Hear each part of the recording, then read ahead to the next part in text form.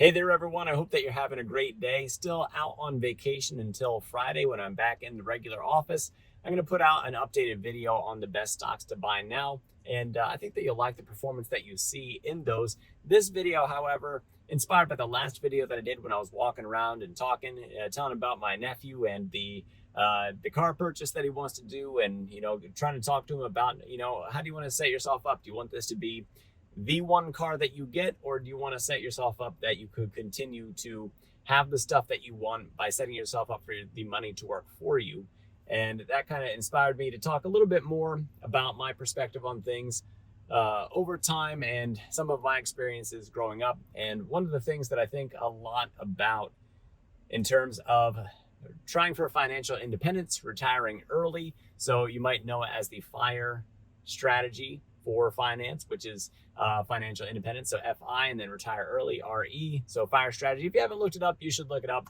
And I was thinking about maybe doing a detailed video on that when I'm back in my home office, that to just mix things up with the stocks that I talk about, with the finance that I talk about, and get a little bit more into just the nuanced side of things, more from a general overview. And as I was talking to you guys, I was thinking about the video. Some of the things that I said to my nephew that I forgot to mention would be to talk to a tax professional. And in that, the reason for that is the more you pay your taxes, especially avoidable taxes, of course, paying your taxes is important, but in legal ways, finding ways to reduce your taxable income, for example, the tax that you have to put out there, that's less than you're paying out to somebody else. And then sort of similar to that is the less interest rates that you pay versus you want to set yourself up for receiving that interest instead. That's not necessarily the point of this video, but those are some of the things that as I was going through, I forgot to mention. What I want to talk about in this one is more about the culture of stuff. So the nickels and dimes that we spend, that when we say I can afford this because it's cheap. Well, the thing is about those cheap things, and maybe you've seen the Jerry Seinfeld stand-up act. Maybe you have, maybe you haven't, maybe you think he's funny, maybe you don't, but he talks about everything as being in just a different state of being garbage, that eventually it all gets thrown out. And I thought a lot about that, and it made me smile a little bit, because when my daughters were little, they would go to birthday parties and they would get these goodie bags, and the stuff would sit around the house, and it'd be frustrating, and it would nickel and dime my time just to figure out what to do with it. Where do I even put this stuff when I get it? And, eventually it just made it to the trash can anyway. And I think about all the stuff that goes up to the attic and stays up in the attic, for storage. And then you go through the attic, clean the attic, and then you end up throwing, half to 3/4 of it out anyway, keeping a few scraps of stuff for nostalgia, for some memories. And the same thing for cleaning out the basement, just all the stuff that bought over time. And, I think about that money that was spent, that was not invested. It wasn't working for me. It wasn't producing any sort of interest rate. And did I really need it in the first place? And, I thought about this in my early 30s, and I've only gotten, I would say, better. I almost said worse, but it depends on who you ask and what perspective. So, some people, they very much like the little knick-knacky things that they collect over time. For me, I did not like, not only is it nickel and diming my wallet, and it's also nickel and diming my family's financial freedom and future, and taking away from my ability to be financially independent and to retire early, but it's also nickel and diming my time. And I can't make any more time. I can only take the time that I have and use it wisely and spend it well. And I want to spend that time with my family, and I want to see the world, and I want to be able to provide for them the meals that keep them healthy, and the roof over their head that just a house to maintain and be proud of. And for them to be able to be able to develop themselves, whether it's through college or if it's through, my one daughter's going to a vocational technical school. She does the academic stuff. She's wonderful at it, but she's just, her passion's not there. She wants to go into trade labors. I got a very blue collar background. I got a lot of blue collar heart in me.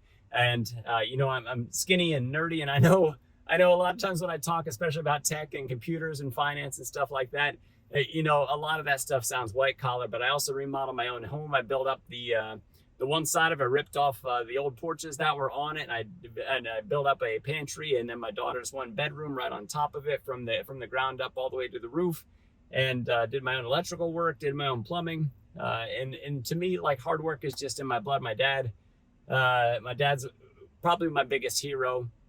Very blue collar, Navy guy. Had been served in the military, and I have nothing but the utmost respect for him. And he's worked hard all my life, and I very much appreciate that about him. I try to carry that into my own family, and how hard he worked to provide for us. I want to provide for them in the same way, giving them that household and that home to be a part of. And my mother also playing the part that she did in that, with him working so hard, she was able to stay at home and help raise us for a lot of my childhood. And I'm very appreciative of that. And those are a lot of things that I strive for. And I just, back to the whole culture of stuff thing, that, to just keep on buying and buying and buying just different things, whether it's stuff we convince ourselves that we need, that we don't really need. I'm like, but do we really need it? Like, how much do we need this? How long are we going to use this? Is it going to increase our quality of life? Is it going to save us time and frustration? Is it going to allow us to expand on other things? Is it more like an investment where, getting this thing is going to free up our time so that we can provide more, produce more? There's a lot of considerations to put out there. And like, while we're on vacation, we're going to go souvenir shopping. And my wife is always asking me, why don't you ever get a souvenir? And I said, my souvenir is being here with my family. It's taking the pictures that I get with all of them, and spending, just being able to just enjoy each other's time. I work 2 jobs with YouTube. It's more like 3 jobs, especially being over at the Discord. And I'm kind of light this week over at the Discord because it is my vacation week with my family. I got a moment here where they're all getting ready for dinner. We're going to go out to the boardwalk while we're down here at the beach, staying at my sister's beach house. Wonderful for her to let us stay down here.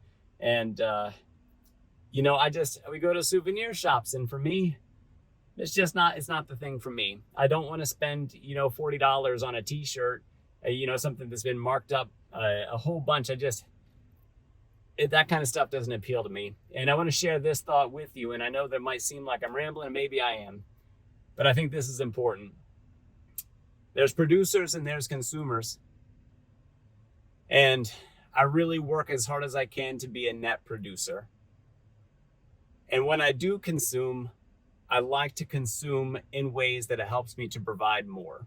So in terms of my time and in terms of my skills and the knowledge that I have and what I'm able to do for my family, for the Discord community, for you guys here at YouTube, everything that I do is in service of that I try to consume that. Yeah, I have my leisure time too, where I just need to take a break and I watch a movie or something like that, or maybe I watch Asmongold on YouTube. That guy, he's something else. I really got a lot of respect for him, and my heart goes out to him for what his father's going through right now with just a recent cancer diagnosis and everything. So I have my leisure times, because everybody needs that sort of break. I swear by it, and get my quiet time in, but then it goes right back to, okay, what am I consuming? And usually it's more educational material, trying to make myself a better trader, a better investor, a better father, a better friend, more of a resource over at the Discord. Like, you name it, that, like, to me, that is the stuff that brings me to life. That's the investment that I want to put in, and it makes me a net producer rather than a net consumer. And what a net consumer would look like is just somebody who spends more than they bring in. Maybe it's financially, maybe their time. It's more about it's always comfort outweighing struggle greatly. And when I talk about struggle, I'm talking about struggling forward, the kind that causes that sort of personal growth and professional growth to happen, the thing that really allows you to live into your maximum adoption of personal responsibility to make your community better and the community that surrounds you better. That's what I think of when I think of net consumer, that it's buy, and then it's, spending hours a day of doing nothing but consuming, but not to progress or progress towards anything. So I would like to be a net producer, and I hope that perspective really helps you out in terms of, okay, well, what does financial independence look like? What is it going to require? What is going to allow me to retire early, that I have the best years of my life to look forward to, where I get to spend time with my kids. I get to spend that time with my wife. I get to spend time with my grandkids. We don't worry about fixing the water heater. We don't worry about fixing the car. We don't worry about where that money's going to come from to put a new roof on the house or something. That's the kind of stuff that I'm after with my investments is I want my investments now while I'm able to struggle as much as possible. I want those investments now that when I need that comfort, when I need to take that time, when my family has been provided for and now it's my time to enjoy all that splendor, like that work is what I'm doing right now. That's why the fire strategy is so appealing to me, and maybe it's appealing to you guys. And once again, down in the comments, if you want to share your stories, if you want to let me know what you think of this, and I like honesty more than anything, guys. If you think that this sucks, then tell me, Doc, this isn't my style. This isn't for me. I didn't like it. And that's if that's honest, that's good. If you're like, hey, that was great, or hey, good job, good on you, or if you just want to say hi, whatever. I love to hear from you guys. It makes it help feel like a community.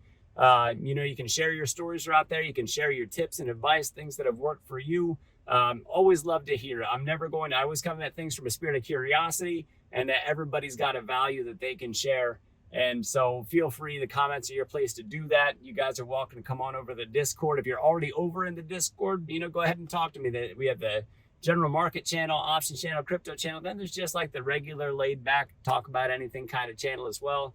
And just tag me when you do that in Discord, so that way I know that you message me and you wanna pick my brain about something, or you just want to say hi or whatever.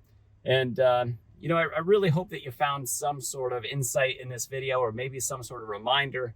And if you think that I missed something big, if you think that I should know something too, like I said, the comments, that's your place. Guys, thanks for watching this video. I really do appreciate it. I'm going to go spend the time with my family here. They're probably just about ready by now. I hope that you have a great day. It's sunny and beautiful here. And, I hope that you guys got some beauty going on too. Have a great day, everyone. Dr. Stock, Doctor of Education. Remember, my friends, that learning is earning. We'll see you next video.